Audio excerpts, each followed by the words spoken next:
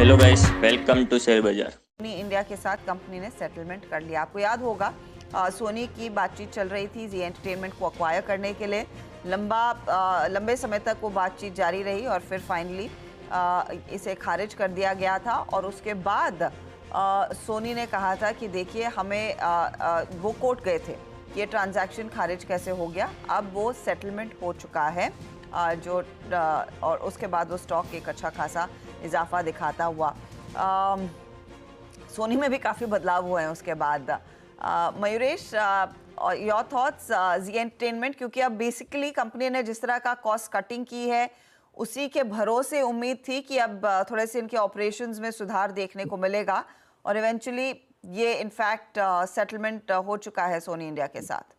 नहीं, it's a sentimentally positive news Zee के लिए। और ये इसके क्या टर्म्स है ये देखने पड़ेंगे अच्छे रहेंगे detail. But generally I think once the settlement process is done, I think जो बाकी के लीगल हर्डल्स होते हैं ये अच्छे खासे कम हो जाते हैं।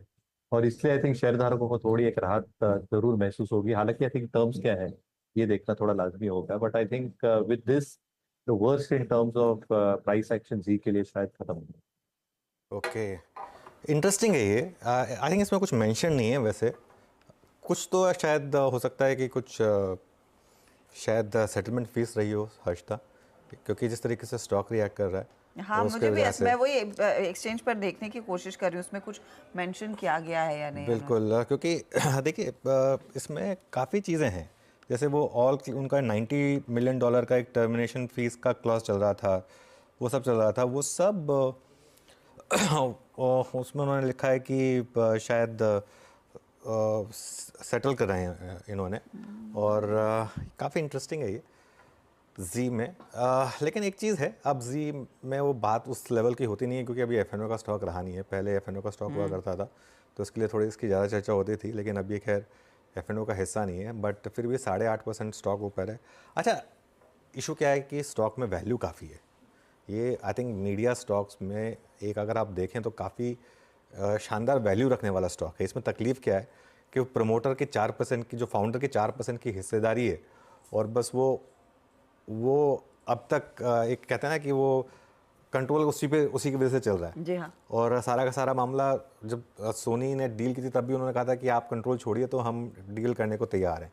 वो सारा का सारा मामला यहाँ पे आके अटक जाता है। वैल्यू है इसमें, लेकिन ओवरहैंग भी काफ़ी है इसके लिए। खैर इसमें अब ज़्यादा कुछ बात करने को है नहीं मेरे ख्याल से। अच्छा अनुज, आई डोंट थिंक किसी तरह का पे आउट होगा, क्योंकि एप्लीकेशन में ये वो चाहते थे कि $90 मिलियन टर्मिनेशन फी, डैमेज ट्रांजैक्शन एक्सेट्रा पे किया जाए। वो सारी चीजें विड्रॉ कर ली गई हैं, रिलिंक्विशेस ऑल एप्लीकेशन। नहीं, वो सारी चीज़ें हो, मैं वही कह रहा हूँ। देखिए 90 मिलियन पूरा ना हो, लेकिन हो सकता है एक वन टाइम सेटलमेंट टाइप का कुछ हो, ये हो सकता है, एक पॉसिबिलिटी है। लेकिन क्योंकि $90 मिलियन तो खैर ऑब्वियसली बहुत बड़ी रकम हो जाती है। लेकिन anyway I think one way of looking at things is कि अब मार्केट को लग रहा है कि चलो ठीक है, अब कोई और आएगा। अब एटलीस्ट ये वाला मामला तो खत्म हो गया। हाँ। अब कोई और एक चीज़ तो है, इवेंचुअली जी का टेक ओवर तो होगा। कोई ना कोई तो आके जी को खरीदेगा। एसेट तो है जी के पास, ऐसा तो नहीं है कि नहीं है जी के पास एसेट तो है। जी का ब्रांड नेम भी काफ़ी स्ट्रांग है। तो इस वजह से ये तो है कि इसमें कुछ ना कुछ तो शायद मार्केट एज्यूम कर रहा है कि आएगा। लेकिन एक ये ओवरहैंग खत्म हुआ है, तो ये मार्केट का एक तरीका हो सकता है सोचने का। इसके लिए स्टॉक 10% ऊपर है कि चलिए अब ये डील खत्म हो गई, अब कोई और डील पर काम हो सकता है शायद। चले, तो ये फिलहाल आपके लिए स्टॉक करीब 9% के गेन्स पर इस समय ट्रेड करता हुआ।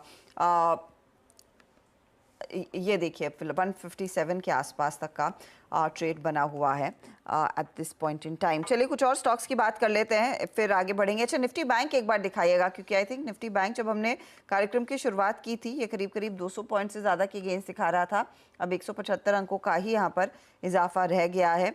तो कुछ स्टॉक्स हैं जो हल्की सी अपनी पोजिशंस कूल ऑफ करते हुए दिखाई दिए। एक बार निफ्टी बैंक के कॉन्ट्रीब्यूटर्स आप स्क्रीन पर रखिएगा, क्योंकि आज सुबह से ही हम ICICI